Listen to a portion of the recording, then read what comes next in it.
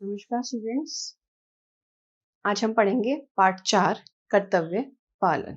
तो सबसे पहले बात आती है कि कर्तव्य क्या है। किसी काम को किया जाना, सही से किया जाना ही कर्तव्य कहलाता है। कर्तव्य को हम अनेक भागों में बांट सकते हैं। सबसे पहला कर्तव्य हमारा स्वयं के प्रति बनता है। जी हाँ, हमारे स्वयं के प्रति, जैसे कि अपना ध्यान रखना, अपने शरीर का ध्यान रखना, हमारे आसपास के वातावरण की सफाई रखना, ताज़ा खाना खाना, ये हमारा पहला कर्तव्य है। दूसरा कर्तव्य हमारा अपने माता पिता की तरफ बनता है। उनको खुश रखना, उनका आदर करना, उनका कहना मानना, ये दायित्व हमारा माता पिता के प्रति बनता है। तीसरा हमारा दायित्व बनता है समाज के प्रति। हमें अपना निज स्वार्थ छोड़ के समाज के प्रति सोचना चाहिए, समाज के लिए भले कार्य करने चाहिए, जैसे कि पेड़ लगाना, साफ सफाई रखना, किसी बिल्डिंग को न तोड़ना, हर दुखी दीन की सहायता करना, ये सब हमारा समाज के प्रति दायित्व बनता है। चौथा, आप देश के प्रति अपना दायित्व निभा सकते हैं।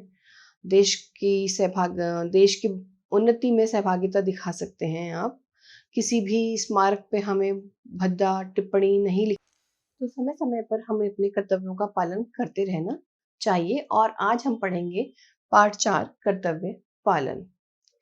कर्तव्य पालन मनुष्य के चरित्र को उन ऊंचाइयों तक पहुंचाता है जहां वह एक साधारण व्यक्ति न होकर असाधारण बन जाता है और सभी उसकी कर्तव्यपरायणता की प्रशंसा करते हैं, उसे सम्मान देते हैं।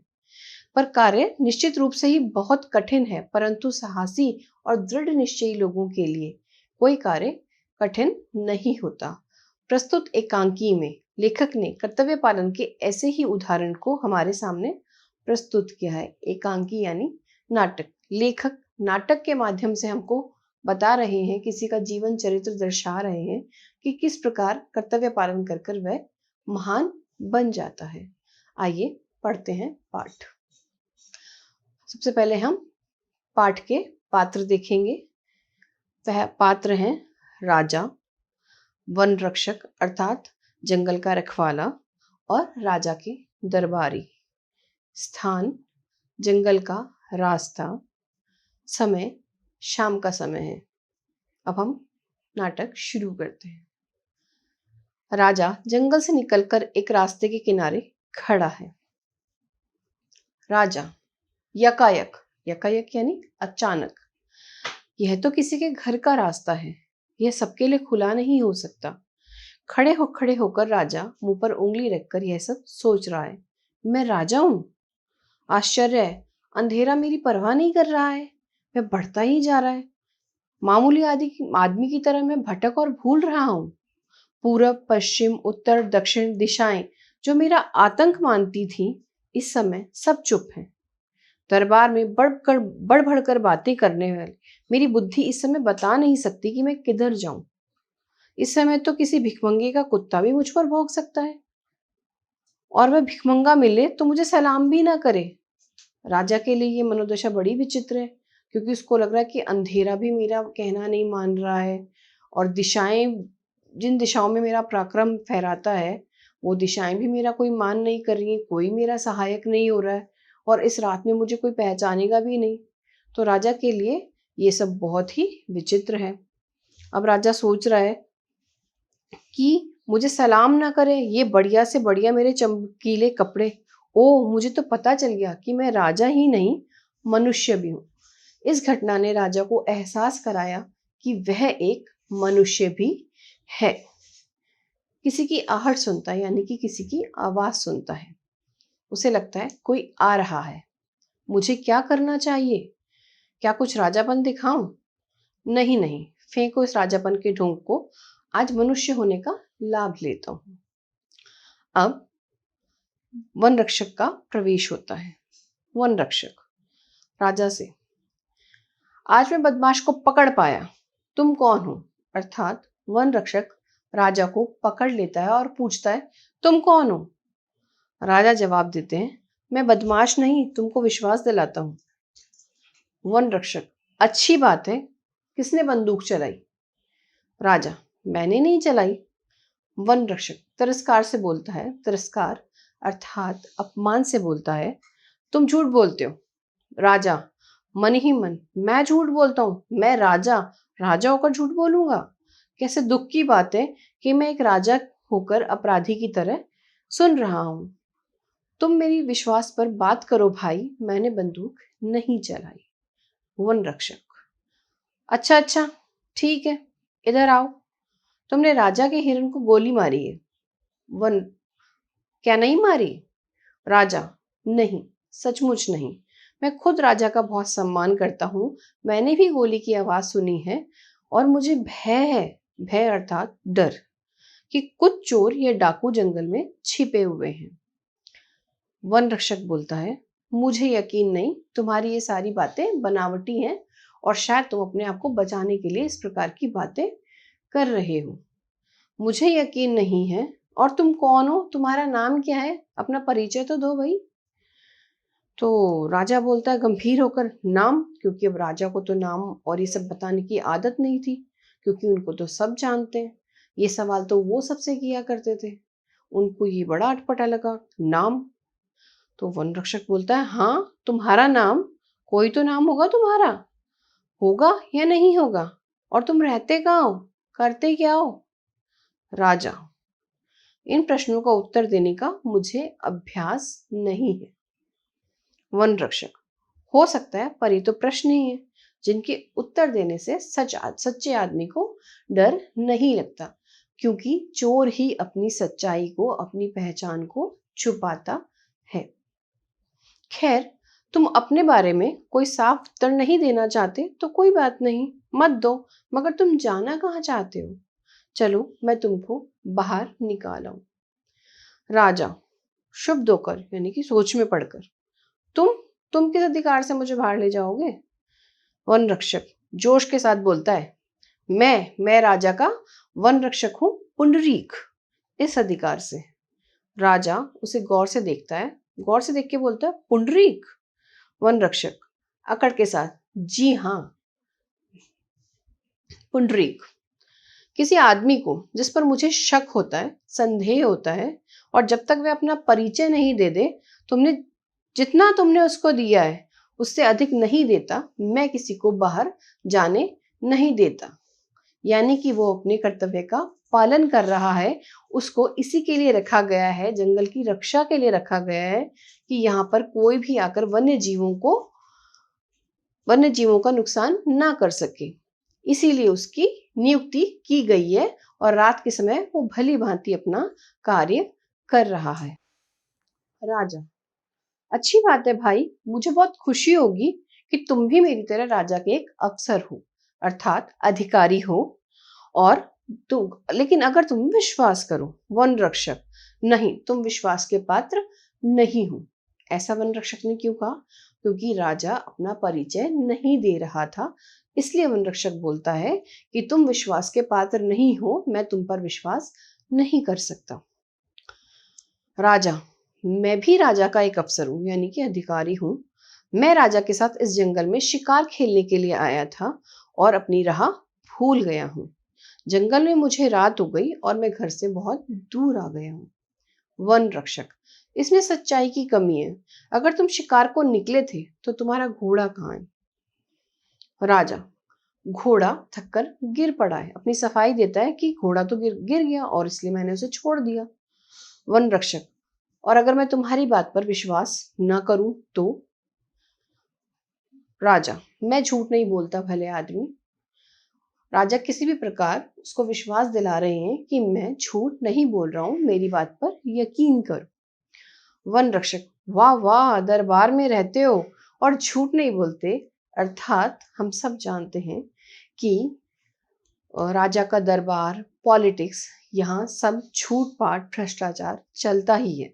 इसे बिना पर वन रक्षक कहता है कि अच्छा, राजा के दरबार में चल रहते हो और झूठ ही नहीं बोलते। राजा, खैर जैसा तुम समझो, मगर मैं झूठ नहीं बोल रहा हूं। यह मैं तुमको विश्वास दिलाता हूं। यदि कभी तुम राजधानी में आओगे, मैं तुमको दिखा दूंगा कि मैं झूठ नहीं बोल रहा हूं। राजा जेब में हाथ डालता है और पुंडरीक की तरफ हाथ बढ़ाता है। यह लो इनाम, आज रात को तुम मुझे अपनी झोपड़ी में रहने दो। और वन रक्षक राजा का मुंह देखता है। वन रक्षक, और यदि कम हो, तुम सवेरे जो कहोगे वो मैं तुमको दूंगा और तुम्हें खुश कर दूंगा। वन रक्षक बोलता है जोर से हंसकर, ओहो, अब तो मैं जान ही गया कि तुम दरबारी हो, तुम्हें अधिकारी हो, यानी कि तुमको ये सब दांव पेच आते हैं कि अपना काम किस प्रकार निकाला जाना चाहिए, किस प्रकार किसी को लालच देकर अपना काम निकाला जा सकता है, उसको रिश्वत दी जा सकती है। आज के लिए तो तुमने एक छोटी सी रिश्वत दे दी और कल के लिए एक बड़ा सा वादा, जिसको तुम पूरा करो ना या करो, तुम तो चले जाओगे और मेरी झोपड़ी में रह लोगे, एक ही सांस में दोनों। मगर मेरे दोस्त, यह दरबार नहीं है, यहाँ ऐसा नहीं चलेगा। राजा को गुस्सा आ जाता है, क्रोध से बोलता है, क्योंकि वो राजा था, वो हर संभव कोशिश कर रहा था कि वो उसको मना सके, पर वन रक्षक अपना पूरा काम ईमानदारी से कर रहा था। क्रोध से, तू एक नीच आदमी है, जबान संभाल कर नहीं बोलता, मैं तेरे बारे में अधिक जानना चाहता हूं। वन रक्षक लापरवाही से, तू और तेरे शब्द का इस्तेमाल इस परवाही से मत कर, क्योंकि उसको लगता है कि ये तो एक साधारण व्यक्ति है और मेरे पास तो अधिकार है, मैं राजा का वन रक्षक हूं, तो इसको जेल में भी डलवा सकता हूँ। मैं भी उतना ही अधिक अधिकारी हूं जितने की तुम हो। राजा को तुरंत अपनी भूल का एहसास होता है कि मैं क्या कर रहा हूँ, इसे थोड़ी पता है कि मैं राजा हूँ। राजा शांत होता है और बोलता है, क्षमा कर दो मित्र। वन रक्षक मुस्कुराकर, मैं क्रोध में नहीं हूं, परंतु जब तक तुम तुम्हारी सच्चाई, तुम पर संदेह और जितने भी मेरे जवाब हैं उनको नहीं बता देते हो, मैं तुम्हें कुछ विशेष प्रेम नहीं दिखला सकता, तुम्हारे प्रति ज्यादा कुछ कर्तव्य नहीं निभा पाऊंगा। राजा बोलता है, तुम ठीक कहते हो, परंतु मैं तुमको कैसे विश्वास दिला सकता हूं कि मैं जो भी कह रहा हूं वो सच ही कह रहा हूं। वन रक्षक, अब तुम जैसा मुनासिब समझो, मुनासिब अर्थात ठीक समझो, पर तुम मुझे अपना या तो परिचय दो और मैं तुमको बता देता हूं कि राजधानी यहाँ से 10 मील अर्थात 16 किलोमीटर दूर है। अगर तुम जाना चाहते हो तो मैं तुमको रास्ता बता दूंगा, और अगर तुम रात भर इस गरीब की झोपड़ी में रहना पसंद करो तो चलो मेरे सिर आंखों पर, लेकिन सुबह मैं तुम्हारे साथ चलूंगा, क्योंकि उसको पता है एक साधारण व्यक्ति रात को इस प्रकार जंगल में नहीं जाएगा, उसको जंगली जानवरों का डर रहेगा। वो कहता है कि या तो तुम चले जाओ जाओ 16 किलोमीटर है, और या फिर मेरे साथ रहो, लेकिन सुबह तो मैं तुम्हारे साथ चलूंगा ही चलूंगा।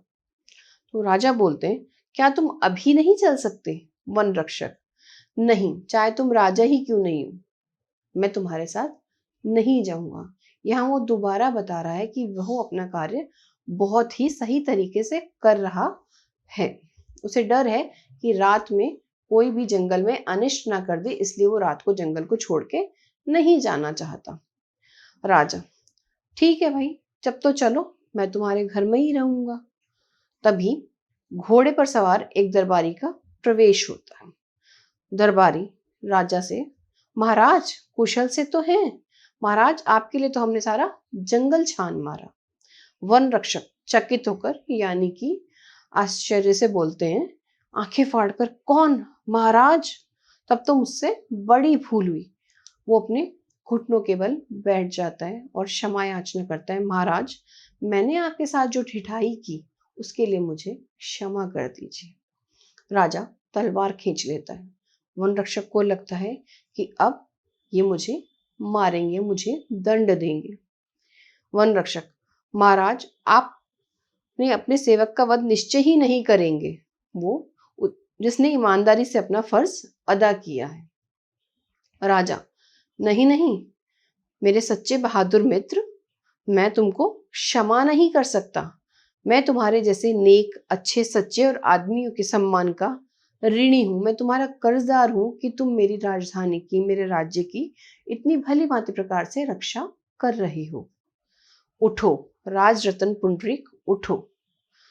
अपनी पदवी का प्रमाण और मेरी प्रसन्नता का चिन्ह, यह तलवार लो। तुमने मुझे जो सुख दिया है उसके लिए मैं 1,000 रुपए सालाना यानी कि हर वर्ष पुरस्कार तुमको जीवन भर मिलता रहेगा। यानी राजा इतना प्रसन्न हो जाता है कि उसे स्वयं अपनी तलवार भेंट करता है और उसे ये इनाम भी देता है कि उसको प्रति वर्ष 1,000 रुपए मिलेंगे। राजा उसे तलवार देता है। पुंडरीक घुटने टेक कर दोनों हाथों से लेता है और उस माथे से लगाता है। राजा पुंडरीक पुंडरीक बोलता है, महाराज। राजा बोलते हैं, चलो अब हमें महल तक पहुंचा आओ। आज तुम मेरे मेहमान रहोगे। थोड़ी ही देर पहले राजा उससे प्रार्थना कर रहा था कि आज तुम मुझे अपनी झोपड़ी में ले लो, लेकिन जैसे ही सच्चाई सबके सामने आती है तो राजा बोलते हैं कि तुमने मुझे इतना खुश कर दिया है कि अब तुम मुझे मैं क्योंकि राजा रास्ता भटक चुके थे, कहते हैं कि आज तुम मुझे मेरे महल पहुंचा दो और आज तुम मेरे मेहमान रहोगे, तुम मेरे विशेष आतिथ्य के अधिकारी हो। पुंडरीक प्रसन्न होकर सिर झुकाकर बोलते हैं, जो हुकुम महाराज।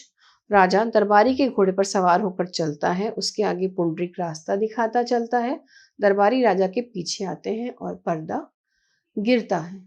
तो बच्चों, इस कहानी से, इस नाटक से हमें ये सीख मिलती है कि कभी भी हमें घबराना नहीं चाहिए, चाहे कोई कितनी भी ऊंची पदवी पर क्यों ना हो। किसी की पदवी से हमें डरना नहीं चाहिए और अपना कर्तव्य का पालन दृढ़ निश्चयी होकर हर हालत में करना चाहिए।